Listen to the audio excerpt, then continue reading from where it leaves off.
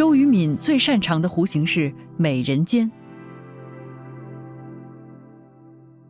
西方人讲的是黄金分割点，我们东方的审美当中就是有这种节奏。它的难度就在于每一个节点都有美学的接受在里面，因为它的虚空间呢是体现在我们线条当中的一些看不到的一个虚的空间。线条呢成为主旋律，爱美之心啊，人皆有之，自古我们的歹出美人。最著名的就是四大美女，她有各自的风格，各自的美，不同的时代也会有不同的审美。